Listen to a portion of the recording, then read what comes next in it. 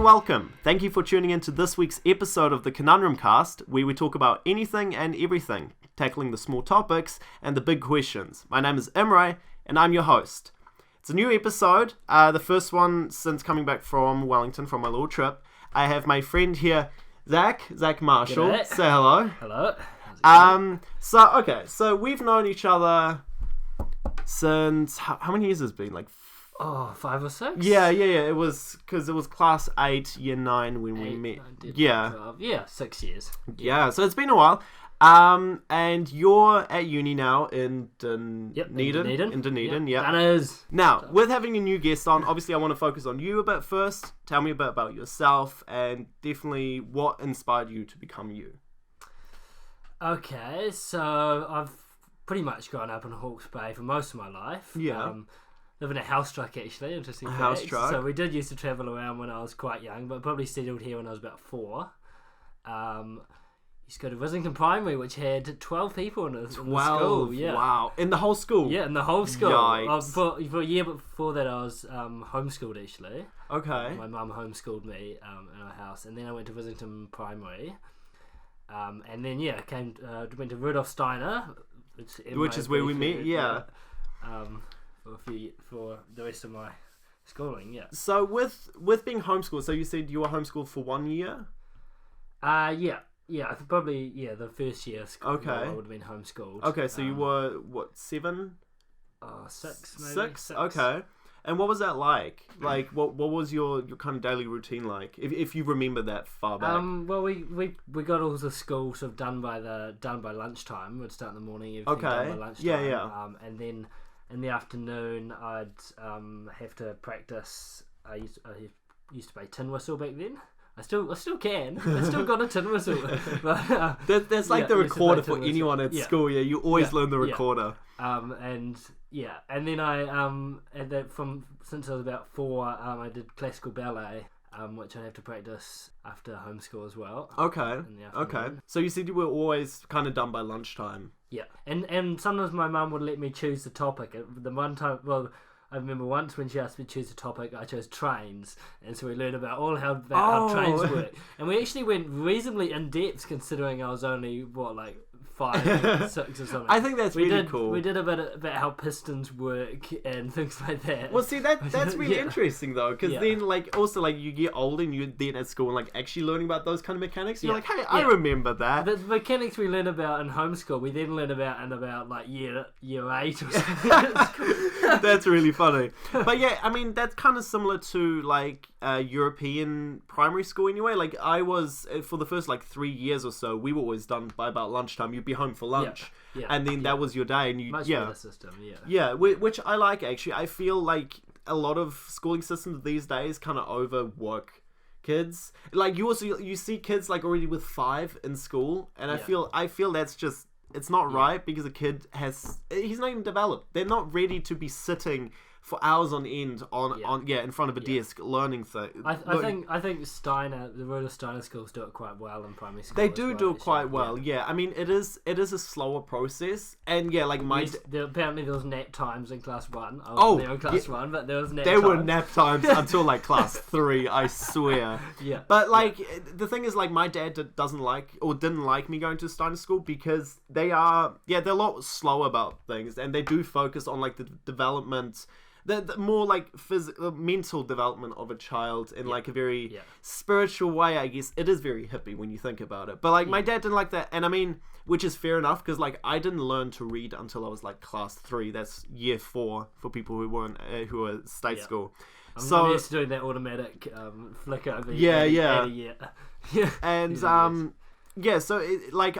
I learned to read very late, but then I read a lot as a kid. And I know you read a lot, definitely when we were at school together. You were always reading, and you were always telling me about a new book coming out, and you and it's really nice. It's pretty much as soon as I was in the door today, I was talking to Emma about as soon as he came in, he started going through my bookshelf. And I mean, that's something so fantastic. I feel books are just something very, I think it's sad that people are reading less. Yeah. And I mean, that is a product of the time, I guess, and with actually, technology coming out now. Obviously. In myself, I found that bit because there was never Wi-Fi at home. And now I'm in uni, and there's Wi-Fi all the time, and so I've got constant access to movies and stuff like that. Yeah. I've found that I'm reading a lot less, and I'm actually finding it harder to concentrate on a book. I know And I have exactly. to completely if I want to read a book, I have to just completely put everything aside, and it'll take me longer to get into it. Yeah. But I'm sort of determined to keep reading books. Yeah, that's very good. No, I've Yeah. noticed that as well. Like, what happened with me, because I always used to read until, the sun would come up. But I ended up, not reading as much anymore because, getting my phone, I would start listening to music. Yeah. And then it became very difficult for me to do anything without music playing. Music's been a funny thing with me. I've never settled into music particularly comfortably. Yeah. Because I didn't have Wi-Fi and stuff, and also I only had a limited amount of data and stuff, and I did have a phone, so I didn't really listen to music that much except on the radio. And then I was mainly introduced to music through our mutual friend Caleb. Yeah. And so my music was very strongly influenced by what that. he plays. Yeah. He's a bit of a DJ himself. Oh, he's a fantastic You gotta man get with him on music.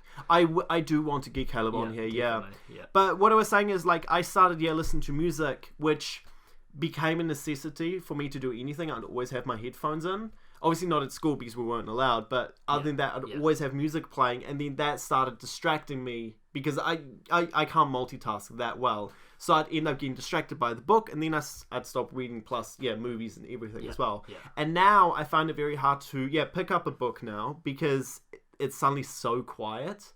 And I get, it's almost a disturbing quiet, so it takes me a while to get into a book. I'll have to, like, have some music playing very, very quietly. Yeah. Which is funny, Which actually. works. It does work, but it still can get distracting, especially with my ADHD as well. I'll end up focusing on the music. I'm like, wait, hold on, I was reading this. What happened? And then also it has to be a specific kind of music. But so I've stopped reading as much, which is a problem because I would like to read more. I've been getting back into like philosophy stuff, so I've been reading a lot of those books. But tell me a bit about what you used to read.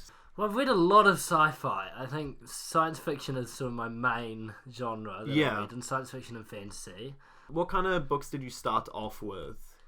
Like, what were your first... Oh, actually, I anticipated we'd be talking about books, so give me a second. Oh, you got a list? Give me a second. So I went on to my my library card. So this is all my books from Napier Library for the last... wow. I don't know, when did it start? There's about 6 pages. Yeah, there's more. 6 pages of books, and it goes from about 2013. Wow, that's insane. Yeah.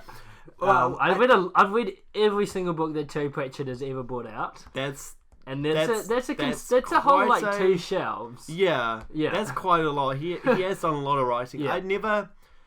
I never really got into his work yet, which is a shame. I do want to because he's such a staple in literature. Definitely. And I don't know, I never got around to it because I think back then when I was reading, I was getting very slowly into it because I wasn't that great of a reader at the beginning. Yeah. And then I ended up just getting distracted and putting it off. And then I stopped reading.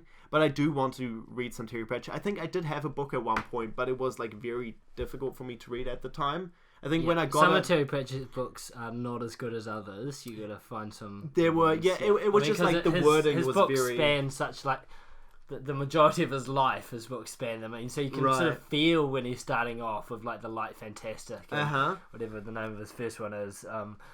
But then he sort of gets into his flow and But I always found the language quite difficult to understand. I think when I first started reading, especially because I only just kind of started reading and then moved to New Zealand, so everything was now in English. So then it was I didn't know a lot of the words back then still, but I feel like now I could comprehend it a bit better. But like what were some of your like staple books that drew you into the genre? Because I know, for example, for fantasy, most students will have at least at Steiner schools, we had The Hobbit read to us. Yeah, we had The Hobbit read to us. So I feel like I don't know. That is at least that's a fantasy book that very many people are exposed to. Obviously now with the movies, I do enjoy that series, but it's not like a favorite of mine. but it was probably one that kind of exposed a lot of people to that kind of genre. Yeah, that, I feel it is high fantasy. Yeah, it is. I mean, that was the first high fantasy, and most high fantasy was based off that. Like, it inspired a generation. Just finished watching the series. Oh Lord, Game of Thrones. Game of Thrones. I just finished watching that, and I should really read the books. The books are very. I've read the first 2 books, because he is another staple of high fantasy. Yeah. Well, hey, big. I've never seen a single episode of Game of Thrones. Actually, okay, that's a lie. I've seen like the first 10 minutes of the first episode, but their budget was very low back then, so I couldn't get into it because it looked very cheap. I guess. I know it's a very big thing. Like, there's so much production that's gone into it now. I have read the first 2 books, but it's very difficult because there's so many characters, and it jumps every chapter from character to character, literally across the world kind of thing, and you get very confused very quickly. And it's Well, the TV series, I enjoyed it, but I wouldn't call it like a fantastic TV series. Yeah, like, I enjoyed watching it. I probably binge watched it a little bit too much. It shows it was gripping. No, it wasn't. I think a little bit unsatisfying. A lot of the things that people were moaning about, though, I didn't agree with their problems with it. One of the main problems with it was sort of the unsatisfactory storylines and endings and stuff. Well, but that is, a lot of people as readers or as viewers have this sort of sense of entitlement. Like, they feel like things have to end in a way that says like it's satisfying to them, and that's not really the case. The reader just has to go along with the ride of whatever the writer is doing. And so especially you don't deserve anything as a viewer. I think the series did deviate from the books a bit, so maybe that's where some of that dissatisfaction comes from. But that's a really good point that you raised, like with how most people want like a good ending to things, but also with it being someone's interpretation of it. That's, I mean, film in general is just one person's interpretation, and that's what I found really funny. Actually, I used to have a big thing, like, people are always like, read the books before you watch the movie. Yeah. I don't know, which is true in some cases. It is true in some cases. However, I have 2 major issues with it. One, because of my crazy fantasy and imagination. When I read the Harry Potter books before watching it, I had a incredible huge fear of werewolves due to things that happened, and the 3rd book just scared the absolute. Should read you the werewolf game. Oh, well, actually, I would really like that if you could read that short story later on. We'll get on to talking about that. But I had a huge fear of werewolves. I've gotten over it now. They're my favorite like mythical creature now. They are an awesome. But the book was because. Everyone has their opinions on it, but the books are very well written, and I had a very strong image of what that werewolf would look like, and I was very scared of it. So I put off watching that 3rd movie for a very long time. Because I was just absolutely scared of it. What they can do on film with a werewolf is probably way not as good as exactly. Well, the quality exactly. So then I watched it, and I was very underwhelmed because I'm like, oh, okay, this was very easy to think. But then, however, watching, and then also the problem is when you've read the book, you kind of know what happens, and then you're watching the movie. But if you watch the movie first, because obviously they're different mediums, and a book can put a lot more description in that you can't put in like a movie. So watching the movie first, you get one person's opinion, like version of that story, and then you read the book, and then through all of this extra description, you can make your own version as well.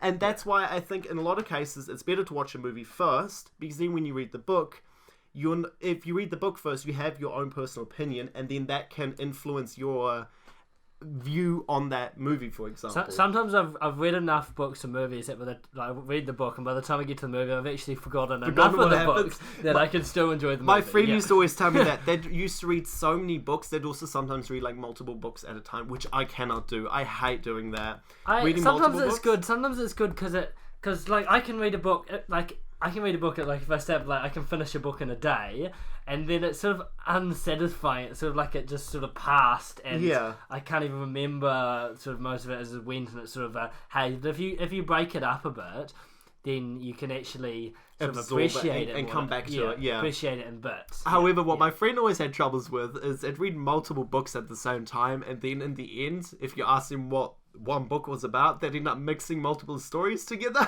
Yeah. So that was their problem with it. But yeah, so I that was a really cool conversation. Actually, I do like talking about that whole what We talk about books. what you should watch or read first. I think that is quite an interesting topic because like a lot of people have a very like there's a lot of purists out there on either exactly. side. Well, it's really that case of which way do you put the toilet roll. Which I mean, if you put the paper towards the wall, you're an animal. Yeah, I just saw something on YouTube with like something on Facebook with like the patent. The patent for the toilet paper roll holder. Yeah, I know exactly what you mean. I saw that as well. But yeah, so that is an interesting topic. I mean, I don't get a lot of comments, but like if you have a certain feeling about that, do put it down in the comments because I want to hear your opinions on that. But I don't think it'll ever be a set thing because a lot of books like the Hunger Games, for instance, the movies are actually a lot better than the books. The books are really childish and way too simple. The movies put a level of complexity that is not in the books. The books are first-person narration and really for like a young teen audience. The movies can be watched by an older teen audience and can be appreciated by other people. So that's actually that's a rare case. Like a rare case of where the books are a lot better than the movies are a lot better than the books. Exactly. So it is that kind of either or situation. It's not always because I read the book. I read the book first and was underwhelmed, and then I watched the movies and it's like, oh, actually, I see what the first what it's all about. Yeah, exactly. Yeah. So should we talk about my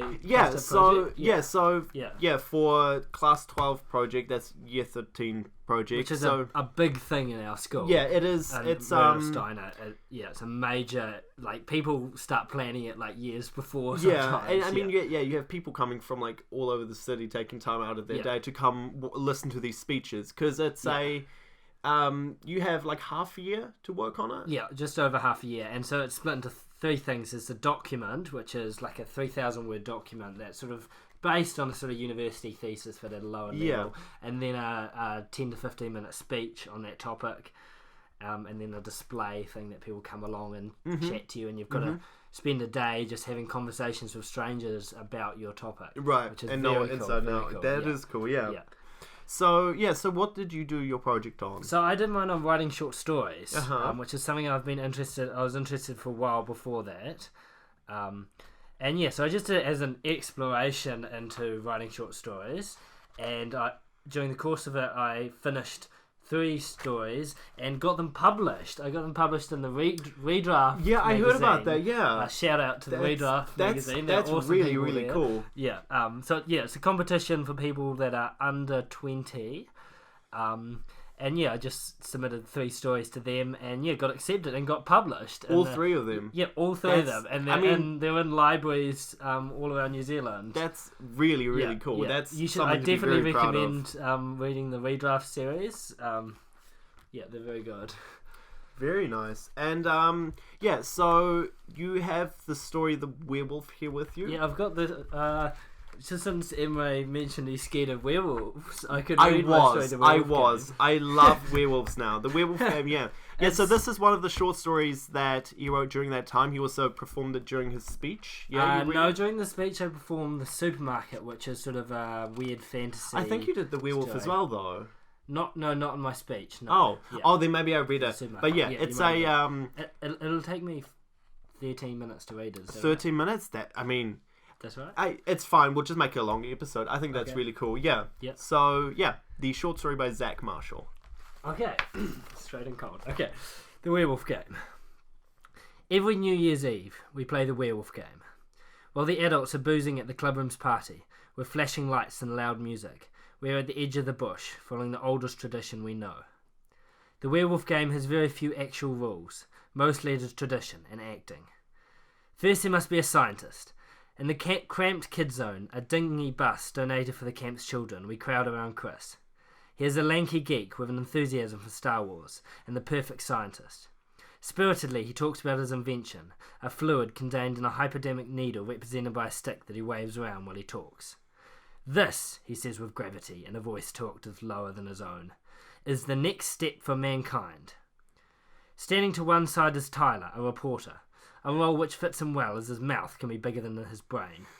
His closed fist is circling behind his head, miming a video camera extinct long ago. I have discovered a way to make man better, faster, stronger, more efficient. Chris stabs air with his syringe. I have created the perfect human. Reed, Eddie, Morgan and I crowd around with questions, eager at the possibilities that this wonderful elixir could have. This scene, while the words and the actors' roles have changed over the last 10 years, follows such comfortable grooves in our imagination that it runs without a hitch. Now time for the demonstration, Chris declared, throwing the tin door open. Noah enters seriously and sits on the one chair in the middle of the bus. With great pomp, Chris mimes plunging the needle into Noah's neck. Noah does not flinch. He just sits there. Nobody moves. He twitches, then is still. The tension mounts. He stands up. Everyone flinches in anticipation. He just stretches his arms and clicks his neck. Tyler, the reporter, breaks the silence, jabbering out questions in a high voice, too loud for the small space. What do you feel like? What's happening? Has it worked? Noah rolls his shoulders. I feel fine. He coughs, and it shakes his whole body. I feel different. His voice is suddenly husky. I feel... The last word deteriorates into a growl. I step forward and grab his shoulder. You alright? I ask. He shakes me off violently, and Eddie, the youngest of us, pulls me back. Something's happening, he whispers. Noah is hunched over now, glowering at us from under his brow, growling quietly. Suddenly he leaps forward and grabs Chris, attempting to wrestle him to the floor. Run! Screams Tyler. We pour out the door like a flood. Outside, twilight touches the grass with gold and fills the bush with shadow. We scatter across the clearing. Tyler's fist whirs by his head, but Noah does not chase us. He is full werewolf now and seeks the safety of the forest. Tyler interviews us on the proceedings. We express wonder, bafflement and fear. The scientist mourns the failure of his experiment and, using a spiel of mumbo-jumbo sciencey words that could have come straight out of Doctor Who, wonders how he may improve next time. Then a howl, the sort that made our ancestors shiver in their caves, echoes round the hills. It is the signal we've been waiting for. Now the game begins in earnest. The same logic drives us to enter the darkening forest as any horror movie hero entering a graveyard at night. We must see for ourselves. We must know. The truth is out there. The path, a soft carpet of pine needles and ferns, gives silently under our bare feet. The only sound is the whisper of restless ferns and twilight crickets. Ferns cast black voids that could hide anything. We cling to each other in fear of the forest's opaque embrace. We are a bunch, a pack, a huddle. Safety in numbers is one of the biggest lies we tell ourselves. The entrance, while still in sight, seems an age away. We stop, unwilling to go further. In every shadow, every rustle of ferns is a werewolf. Tyler makes us jump. What if he's behind us? He whispers in a voice louder than most people talk. We all spin around, study the path between us and safety. Then we're fucked, I say. Suddenly the bush explodes with sound. We spin around again. Noah bursts from the darkness under a punga. He is a comic figure. The ferns trip him up and he falls to the path cursing. The power of the moment is lost. We scream and run away, laughing and without haste. Halfway back to the clearing we turn and look back to taunt Noah. He is not there. Then a shadow on the twilight-dappled path moves, and he is. In full possession of his part once more, he drags himself towards us on the ground, snarling softly. Then, on all fours, he starts to bound. Now we really run, tripping and stumbling back to the edge of the forest. Eddie is the first caught, as usual. Noah tackles him hard and he screams. Noah grabs his head and shoulders and opens his mouth wide. He bites Eddie on the neck, mimes biting him on the neck. Eddie lies with the stillness of the dead. From the safety of the clearing we watch as Eddie starts to shake. Then he throws his head back and howls, a shriller version of Noah. He runs straight at us. We don't flinch. At the line of shadows that marks the edge of the forest, Eddie stops dead, as if he has hit an invisible wall. He cannot cross the line that marks forest from clearing. He yells in our faces wordlessly before running back along the track. Eddie enjoys being a werewolf. The werewolf and his new convert disappear into the shadows along the track. Everything is indistinct, just blocks of shadowy greys. It is the dark twilight, the twilight of the raven. We discuss the merits of silver bullets as we wait. Inventor Chris swears they will work, the authority of hundreds of movies behind him. Reader's more sceptical. Chris leaves and returns with a pine branch gun, loading bright silver bullets into it. This will kill them, he claims. An eerie, dissonant duet of howls pierces the night. It sends shocks down my spine. Gathering together our courage, we steal along the path once more. The shadows have got deeper. We keep going, further and further. His gun making him bolder, Chris marches ahead of us. I stop. We've gone too far, I say. We turn around. Standing just behind us is Noah, the werewolf. He grins at us, bares all his teeth. In the shadowy dust they are all that can be seen clearly. Tyler screams. He and Reed dive into the bushes, tripping and stumbling away from the path. I run along it, away from the clearing, away from safety, deeper into the dark forest. It is the loop track. If I run for long enough, I'll reach the camp once more. The werewolf is right behind me, one step away. Twisting its way around pungas and wilding pines, the path is veined with roots. A wrong foot could send me tumbling down the rough slope to my left. At the bottom, seen in glimpses through the trees, a dark lake waits with icy depths. Being the middle distance champion at my school, I quickly outrun him. He is falling behind, labouring for breath, his beating footsteps fading nearly to nothing. Then suddenly he isn't. He's right behind me once more, his hot breath on my neck. I push harder, run with all I've got. He is like my shadow. I've never seen Noah run so fast. As I swing around a tree, I try to get a look at him. All I can see are his teeth, huge, bared inhumanely. So many teeth. Looking back was a mistake. A pine cone rolls under me, and for a second I'm running on all fours like a monkey. Pushing myself upwards, I feel my t-shirt rip, and there was a sharp pain in my back, like I've been raped by a claw. Shit! I yell. The cut is deep. I can feel the blood welling up. It must have been Blackberry. Or maybe it was Noah, my good mate Noah, ripping deliberately at my skin. Acting gone too far. Even as I think how absurd that is, I run faster. The path has left the lake now, and I am hurtling up a hill. Blood runs down my back. I cannot run faster. I cannot escape him. I am terrified. Noah is the werewolf. Reality is mixed with imagination. I crest the hill, and the path closes in, a tunnel of dense bushes. Dead branches reach out like hands to claw at me. I don't know how close behind the werewolf is. I am not thinking. I am just running. Then there is a glimmer of light, like the coming of dawn, and after what seems like a night of running, I reach the end of the path. The clearing, now lit by the full moon, seems as bright as day. On the grass I whirl around. I can see nothing in the darkness of the path. No Noah bent over with stitches I am, no creature of horror with blood-stained claws, nothing. Just an empty path fading into darkness. I walk slowly through the camp. Was I running from my imagination, I wonder? Caravans stare at me blankly through black window eyes. In every glint of moonlight I see Noah's smile. So many teeth. Over the trees lights flash and snatches of 80s music drifts. New Year's Eve is in full swing. I reach the Kids Zone bus and the entrance to the track I've just run. Reed is the only one left. Where did you go? He asks. I ran the loop track. He whistles. He knows how long that is. Then 5 wolves howl from the forest, and I'm struck with terror. Come on, Reed says. They're ready. He runs down the track. No, stop, I yell. They're what? Real werewolves? Killers? Monsters from my imagination? I'm being ridiculous, but I'm certain something bad is about to happen. Reed has entered the forest, and I follow him. We have no chance. As soon as we're around the first bend, a shadow becomes solid and launches, snarling at Reed, knocking him to the ground and pinning him there. Before I can see his fate, a second shake explodes from the ferns and barrels into me. It fails to knock me to the ground. It is Eddie, unmistakably. He waves his arms wildly and makes an unidentifiable squealing noise. The shock of his insane normality, or normal insanity, stuns me more than the creature of campfire stories I'd nearly been expecting. Eddie takes advantage of my shock to bite me on the arm, hard. All of us join in with his howls of triumph. I was the last one. The game has been won by the werewolves. Everyone walks back to the clearing, human once more. 7 friends playing a game that we've played for years. Back in the clearing, Reed asks, who was caught first? Eddie, everyone says. Eddie's dumb as a werewolf, Reed moans. He never catches anyone.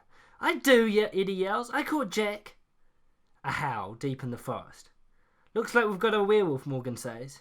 Everyone runs into the forest, eager to continue the game. It is such an easy assumption to make, in the moonlight, in the excitement of the moment. So easy I almost make it myself. That someone has slipped away into the forest, volunteered in place of Eddie, or in fact never left. But suddenly I feel a sharp stab of pain from the deep scratch in my back, and in my mind I see a row of teeth bared terribly. So many teeth. I count the heads. 6 dark shapes running down the track. Noah, Reed, Morgan, Chris, Eddie, Tyler. Who's the werewolf? Tyler turns and sees me frozen in the edge of the forest. "Come on, let's go," he yells, grinning. "Who's the werewolf?" I say, but he doesn't hear me. I want to follow, to save them, but all I can see in my mind is white teeth grinning in the darkness. I stay there in the moonlight as the others disappear down the track. I stay there as their screams turn to one of real fear, real pain, as those screams are cut short one by one, as snarls that could never be produced by human throat cut through the forest. I stay unmoving even as Chris, eyes wide with pain, stumbles down the path towards me, as drops of blood spray like black pearls from his gorged arm. I watch as he stumbles, falls to the ground, as a shape made from darkness bounds down the path towards him. When Chris looks at me pleading for help, I am still. When the dark shape covers Chris's body with his own and bears its mouthful of teeth, I do not breathe. Noah is dead. It's just me and the werewolf. It's watching me, eyes red in the darkness. I still have a hope, however faint, that it is all an act, that it is just my imagination. It steps closer, a weird, shambling step. It is fake, it must be.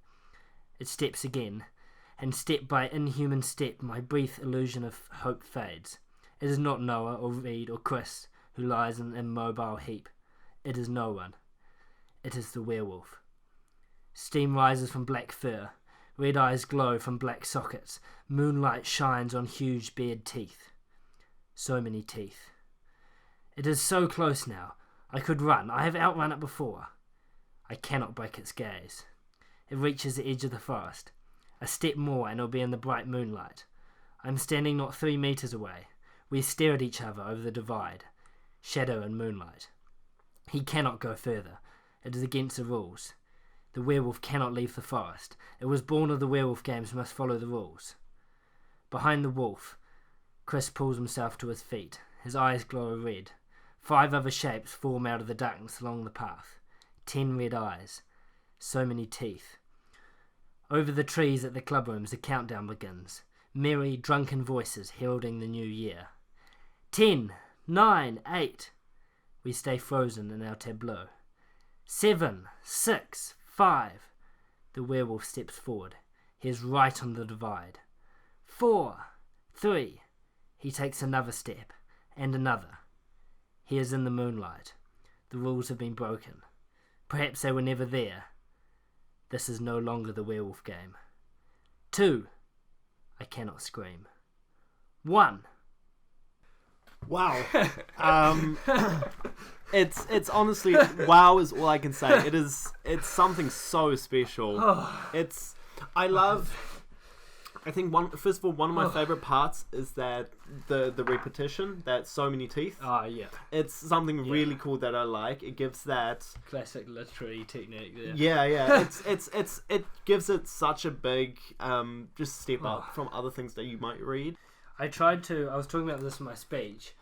I was experimenting with ways, because you can create a sort of a visual picture. Yeah. But I was also experimenting with ways to create a sound picture as well. Mm-hmm. We were talking about with whispering of restless ferns and twilight crickets. Yeah. And things like that. That does set the mood very much. Create, because sound is just as important. And I wrote about this in my document about, like, in a horror movie, like, so much as importance is on the sound. Like, if you listen to a horror movie with the sound on, it's way not as scary.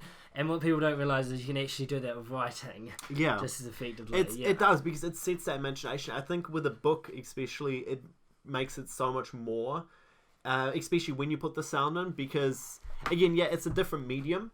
And then, like, you're imagining the sounds yourself, and it makes you work for it so much more, and it makes it so much more real. Because you can actually do it with smells as well, but it's all fabricated by your own mind, which just makes it hit so much more and just connect, which I find really, really cool. So, what are actually with short stories? I'm gonna ask a couple questions about this now. Yeah. What are the normal kind of rules for it? Like, how long does it have to be? The good thing about short stories is the rules really go out the window. Okay.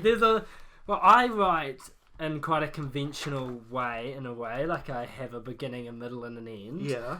But there's a lot of very successful short story writers that don't do that.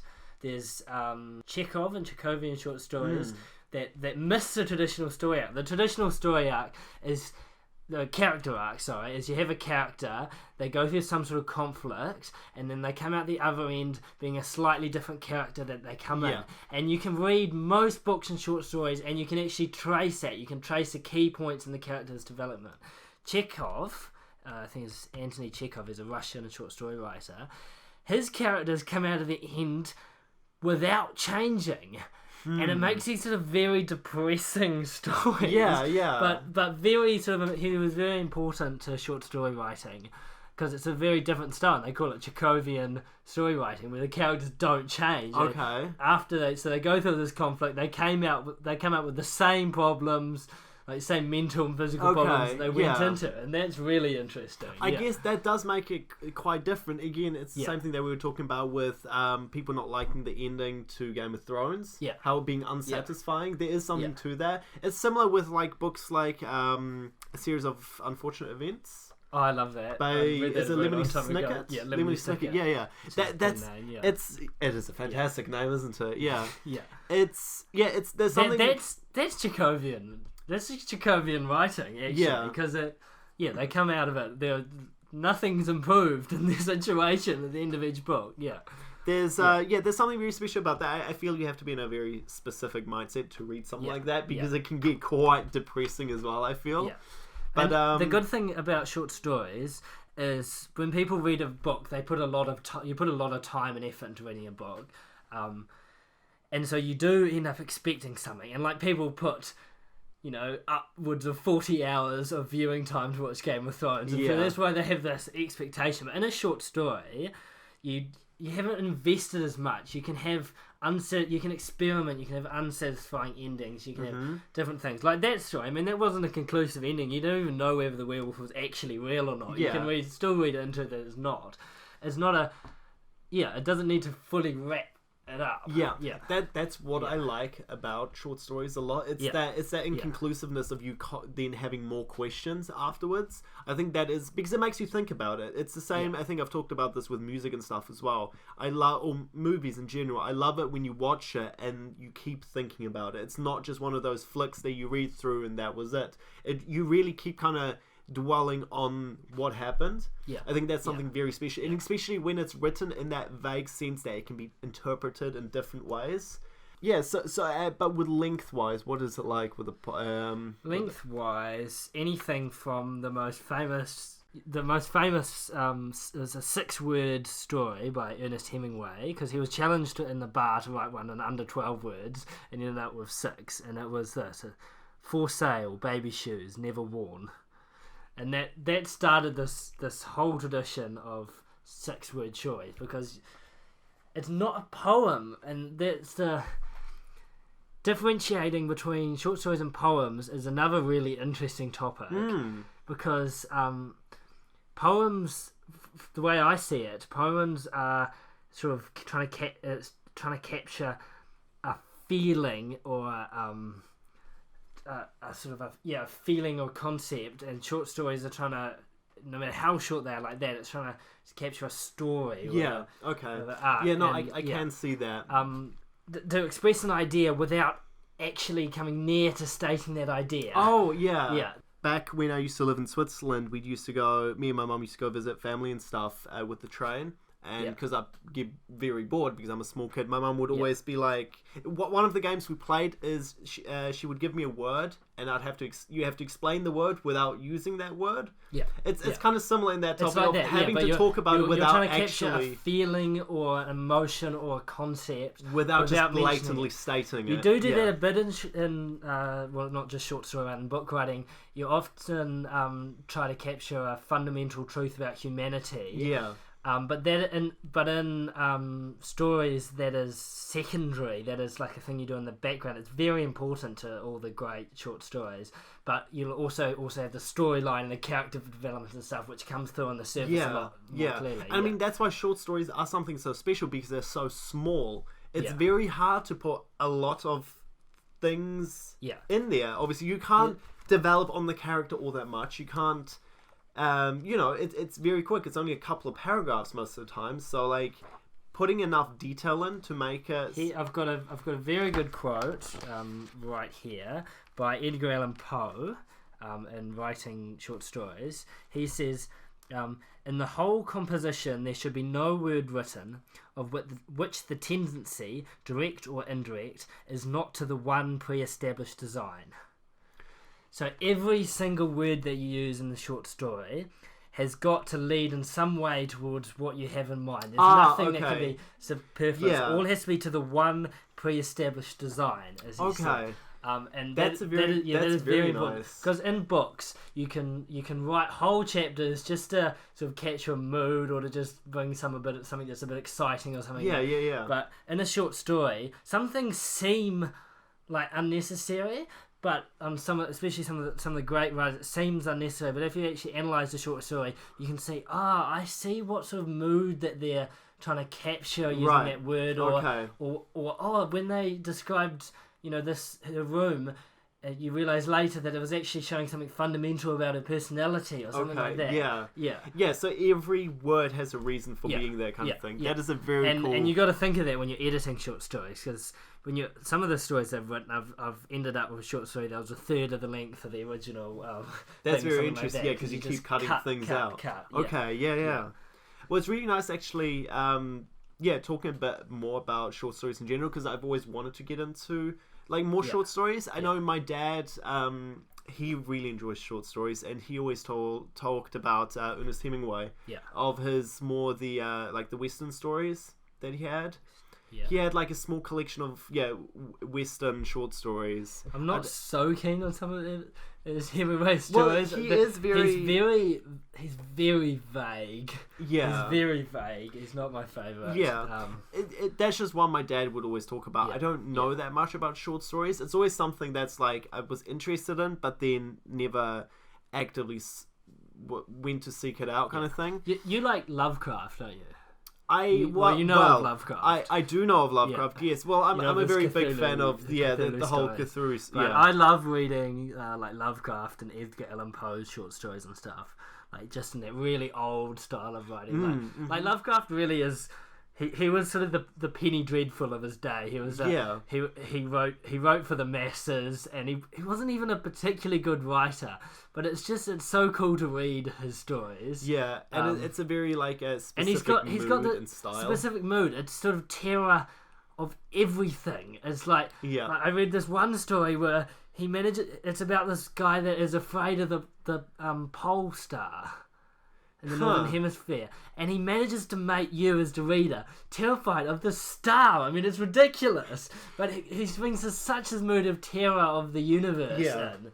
And it is a very specific art. It's very nice also seeing when someone has a very specific style. It's the same with art or music, and you can always go back to that kind of creator because you know what kind of content they have. That's always very nice. And then it's also nice seeing the way it develops throughout. Like maybe it doesn't keep that exact same style, but you can always you'll read it even without knowing who the author is, and you can kind of tell what they were going for. You'd never be able to miss a Lovecraft. Yes, exactly. You'd never be able to go, who is that by? If you know Lovecraft, you never. So we're quite far into the episode. I think we'll end up cutting it about here. But before we do, first of all, okay, so we had a quote actually, which was quite nice because I always try and get a quote into my podcast. But I think seeing as you know so much about books and stuff, I'll let you do a book recommendation for this week if you like. It can be anything, or you can do multiple books as well if you like, or just an author. Maybe something you've been reading recently, or just something that you always felt was very important to you or influenced you. So this isn't that recent. So this is a story that is actually based for the sort of mid-teens. There's a lot of fantastic books in that age group. There is, fantastic. It is which is A Face Like Glass by Frances Harding. Okay. It's so it's about this girl that she's a foster kid in this sort of weird underground civilization. Okay. And everyone in this underground thing, they don't have facial expressions. They go to a face artist and they get taught set facial expressions. And they have to pay large amounts of money for that. To learn and so a the new poor expression. just have this basic vocabulary of about 3 facial expressions, and none of them convey dissatisfaction or anger or anything like that. So it's this weird sort of control over the poor because they can't express. So the feelings only partially exist in them because they can't express dissatisfaction with their conditions, which are awful. Their conditions are awful, but the very, very rich have hundreds of learnt faces. And so, of course, no one ever knows what anyone's thinking because, you know, they just put on their faces. Okay. But this girl has literally a face like glass. Like, everyone can read exactly what she's thinking at any one moment. Like to the extreme, not just like a normal face, like to the extreme of the opposite. There's not a, like, you can even see sort of, like, if something's happened to her in the past or something bad or stuff, you can read it on her face. Okay. And it's her living in this world where everyone has got these set faces and she doesn't. And it is the weirdest book and it is fantastic. Okay. Yeah. So is it just one book? Yeah. Yeah. Okay. Frances Harding has a lot of other fantastic books, but yeah, A Face Like Glass by Frances Harding. That does sound very interesting. I think I would like to read that as well. I think we might as well keep going for a little bit. I find that a very interesting concept. That's why I love about literature in general, because it's such a beautiful outlet for people to just put these crazy ideas onto something. Like I would never have thought of that myself. Oh my gosh, how do you think of that? How do you think of that? But that's such an interesting concept, and that I think can be very applicable to like the situation that we're living in at the moment as well. Like things like that. That's like always very interesting. Fakeness on social media. Exactly. It goes into that. Yeah, I think it could be used as a comparison between like the people's faces they can put on as like what's on people's social media and stuff. Exactly. And then it's a mask. You know, it's a fake personality kind of thing. That's very interesting. I would very much like to read that. Hopefully, I'll try to read that in the soonish future, and then maybe I can talk about it on another episode. So that's very, very interesting. I'll let you give yourself a little plug as well. Like you can advertise your Instagram or anything you like. Oh well, but Instagram is at Slapperwacker. I don't use social media that much, but I've got some nice pictures. Do you have any projects you're currently working on? Anything? Well, I'm trying to get some books together, some stories together for this year's redraft. Okay. Not having much time. I'm at uni at the moment, and I'm not having much time to do any writing. But... Well, then definitely, I think people at home should check out Redraft. Yes, definitely. That would be So do check that out. I'll put links and everything in the description as well, so you can go check that out there. And with that, that's another episode done. It's been really great. It's been really fantastic. Great No, it's been fantastic. Hopefully, we can get you on again. Yeah, love to come on. Yeah, alright. Another episode done. Hell yeah. Yeah.